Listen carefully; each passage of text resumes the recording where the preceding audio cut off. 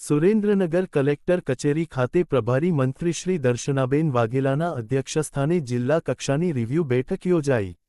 સુરેન્દ્રનગર પ્રભારી મંત્રી શ્રી દર્શનાબેન વાઘેલાના અધ્યક્ષસ્થાને કલેક્ટર કચેરીના સભાખંડ ખાતે જિલ્લાના વિવિધ વિભાગોના અધિકારીશ્રીઓ સાથે એક રિવ્યૂ બેઠકનું આયોજન કરવામાં આવ્યું હતું.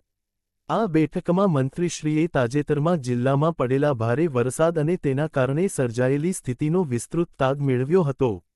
વરસાદની કપરી પરિસ્થિતિમાં વહીવટીતંત્ર દ્વારા કરાયેલી રેસ્ક્યુ કામગીરી, નાગરિકોનું સુરક્ષિત સ્થળાંતર, કેશ ડોલ્સ, ઘરવખરી અને કપડાં સહાય તેમજ પશુમૃત્યુ સહાયની ચૂકવણી અંગે ઝીણવટભરી સમીક્ષા કરી હતી.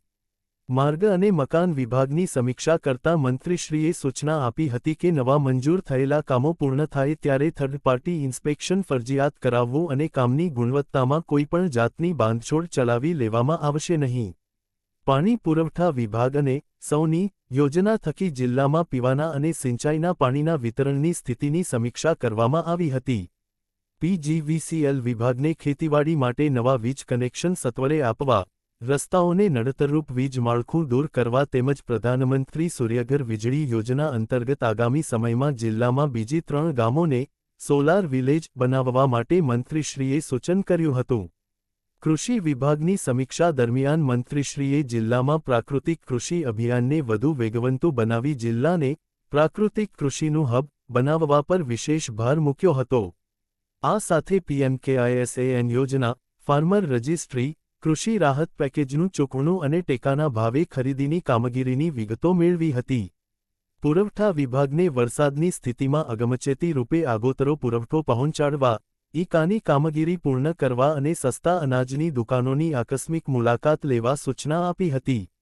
શિક્ષણ ક્ષેત્રે શાળાઓની સ્થિતિ, પરિણામ અને ડ્રોપ આઉટ રેશિયો અંગે જાણકારી મેળવી હતી.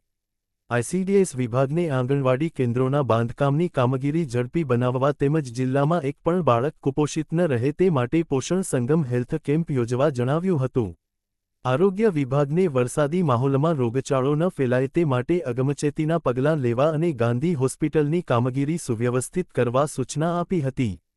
સૌના સહિયારા પ્રયાસોથી જિલ્લાને વિકાસની નવી દિશામાં લઈ જવા અનુરોધ કર્યો હતો. આ બેઠકમાં નાયબ મુખ્ય દંડક શ્રી જગદીશભાઈ મકવાણા, પાટડીના ધારાસભ્ય શ્રી પી. કે. પરમાર, અગ્રણી શ્રી હાર્દિકભાઈ ટમાલિયા, જિલ્લા કલેક્ટર શ્રી જી. એચ. સોલંકી, જિલ્લા વિકાસ અધિકારી શ્રી કે. એસ. યાજ્ઞિક, જિલ્લા પોલીસ અધિક્ષક શ્રી પ્રેમસુખ ડેલુ, મ્યુનિસિપલ કમિશનર શ્રી જે. કે.